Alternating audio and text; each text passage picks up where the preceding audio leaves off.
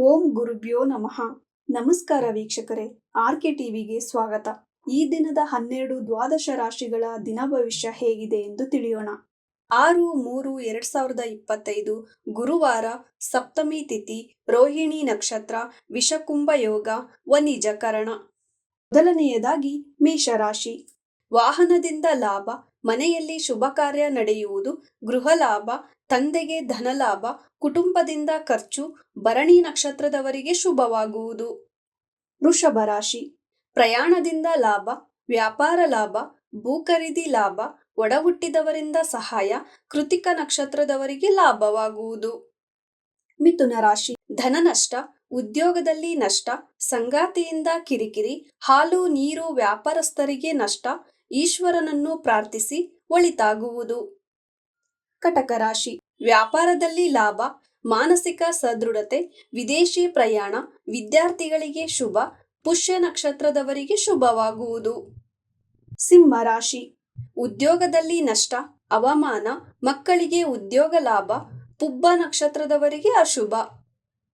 ಕನ್ಯಾ ರಾಶಿ. ಗೃಹ ನಿರ್ಮಾಣ ಲಾಭ, ಭೂ ಖರೀದಿ ಲಾಭ, ವಾಹನ ಲಾಭ, ವ್ಯಾಪಾರದಲ್ಲಿ ಧನ ಲಾಭ, ನೀರು ಹಾಲು ವ್ಯಾಪಾರಸ್ಥರಿಗೆ ಲಾಭ, ಉತ್ತರ ನಕ್ಷತ್ರದವರಿಗೆ ಶುಭವಾಗುವುದು. ತುಲಾ ರಾಶಿ. ಉದ್ಯೋಗದಲ್ಲಿ ಕಿರಿಕಿರಿ, ಪ್ರಯಾಣದಲ್ಲಿ ನಷ್ಟ, ಆರೋಗ್ಯದ ಬಗ್ಗೆ ಎಚ್ಚರವಿರಲಿ, ತಂದೆಗೆ ಧನ ನಷ್ಟವಾಗುವುದು. ವೃಶ್ಚಿಕ ರಾಶಿ.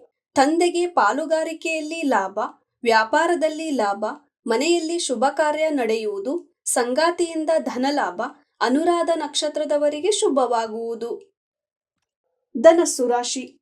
ಆರೋಗ್ಯದ ಬಗ್ಗೆ ಎಚ್ಚರವಿರಲಿ, ಮನೆಯವರಿಗಾಗಿ ಸಾಲದ ಬಾಧೆ, ಕೊಟ್ಟ ಹಣ ಹಿಂತಿರುಗಿ ಬರುವುದಿಲ್ಲ, ಪೂರ್ವಾಷಾಢ ನಕ್ಷತ್ರದವರಿಗೆ ಅಶುಭ.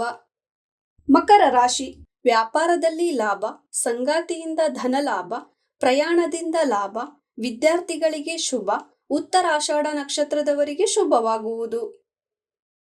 ಕುಂಭರಾಶಿ. ಸಾಲ ಪರಿಹಾರ ಆಗುವುದು, ವಾಹನದಿಂದ ಲಾಭ, ಮನೆಯಲ್ಲಿ ಕಿರಿಕಿರಿ, ವಿದ್ಯಾರ್ಥಿಗಳಿಗೆ ಶುಭವಾಗುವುದು. ಮೀನರಾಶಿ.